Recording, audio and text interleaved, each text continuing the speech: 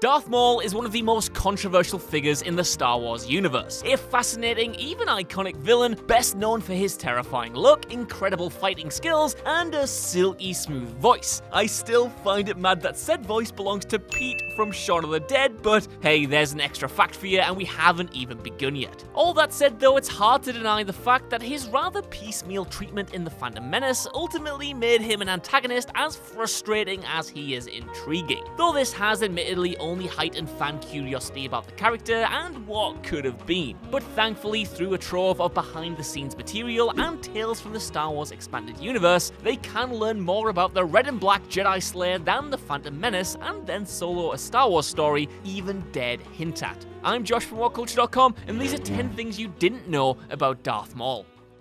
Number 10, he's only in The Phantom Menace for 8.5 minutes. Though he's essentially the main antagonist of The Phantom Menace, Darth Maul appears for just 8.5 minutes throughout the entire movie. That's considerably shy of the just over 12 minutes Darth Vader enjoyed in the very first Star Wars film. It kinda makes sense though, he doesn't show up until almost the half-hour mark, and the majority of his screen time is spent just standing around while listening to someone else, until the epic final showdown against Obi-Wan and Qui-Gon, of course. Considering how much Maul was built up to be a terrifying badass in the movie's marketing, many fans were understandably left disappointed with him ending up as a glorified lackey who had even less screen time than Malekith, the big bad dark elf from Thor: The Dark World. That's not company you want to be keeping, though I think we can all say Darth Maul certainly fared better than that dude.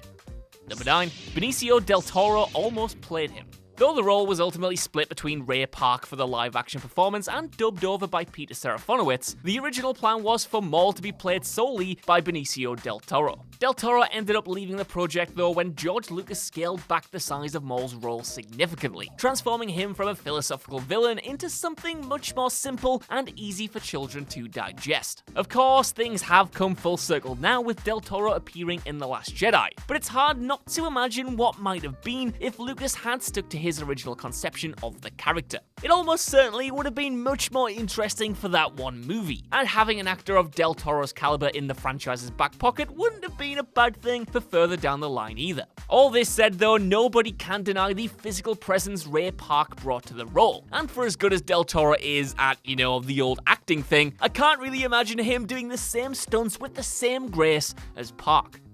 Number 8, there was a Darth Maul video game in development. Did you know a Darth Maul video game was in development at one point before being shuttered ahead of Disney's acquisition of Lucasfilm and LucasArts? Well, I didn't, and I work on the goddamn gaming channel, so either I'm an idiot or this was just well hidden. Either way, Red Fly Studios had worked up a prototype which they later released footage of online, showing the player controlling Maul and slicing through enemies in impressive third-person battle sequences. In short, the game looked damn awesome, and there are still ongoing attempts to revive it in some form despite EA reportedly having no interest in bringing a Maul game to market. The visuals and gameplay mechanics are way too compelling for this game to be vaporware forevermore though, but the legal and logistical issues involved in resurrecting it are undeniably mind-boggling. Make it happen, EA. Go on, do 10-year-old me a favor.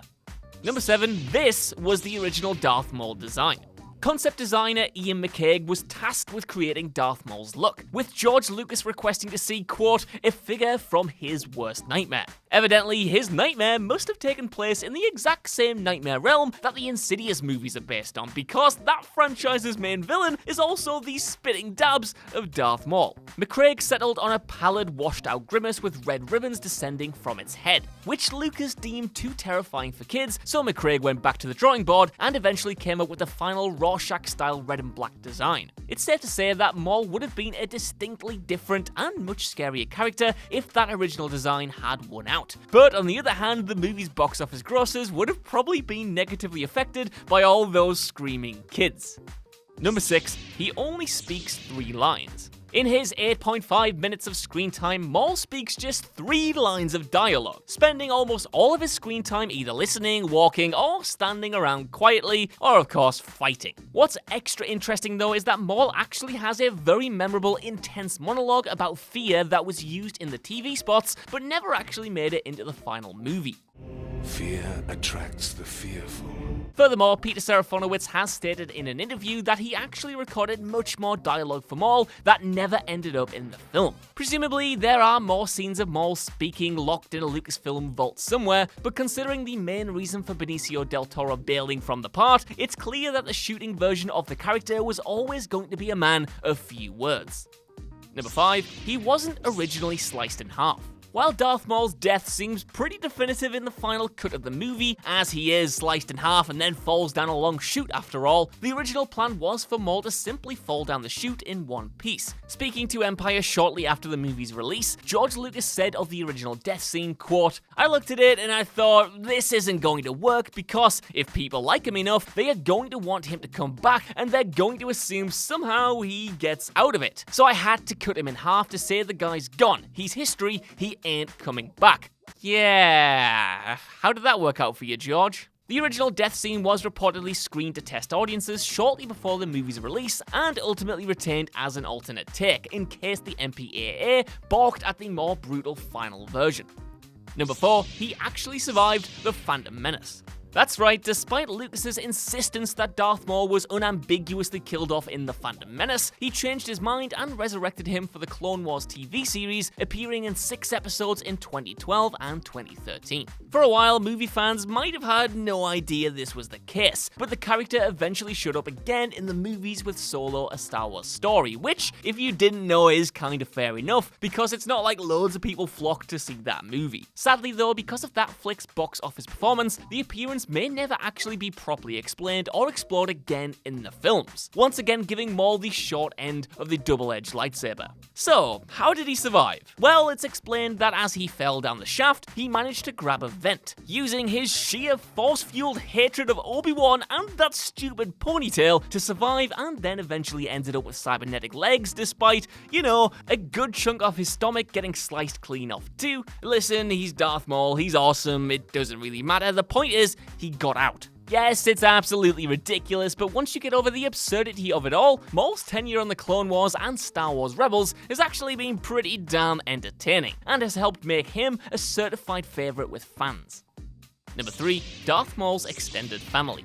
As mentioned, the Clone Wars does a great job of diving into Darth Maul way more than the Phantom Menace ever did, even revealing Maul's backstory and specifically his relationship with the rest of his family. His mother is Talzin, a Dathomirian who was to be Darth Sidious's Sith apprentice, but Sidious instead kidnapped a young Maul and took him under his wing. Talzin later helps restore Maul's sanity and craft him some sweet new legs, and even ends up sacrificing herself against Sidious to allow him to escape. Then there's also Maul's brother, who has the best name of all time, just wait for it, Savage Opress, who became his apprentice during the Clone Wars and was ultimately murdered by Sidious. While some might argue that this all humanizes Maul far too much, it is nothing if not an interesting direction in which to take the character, and it's canon as well, so unlucky.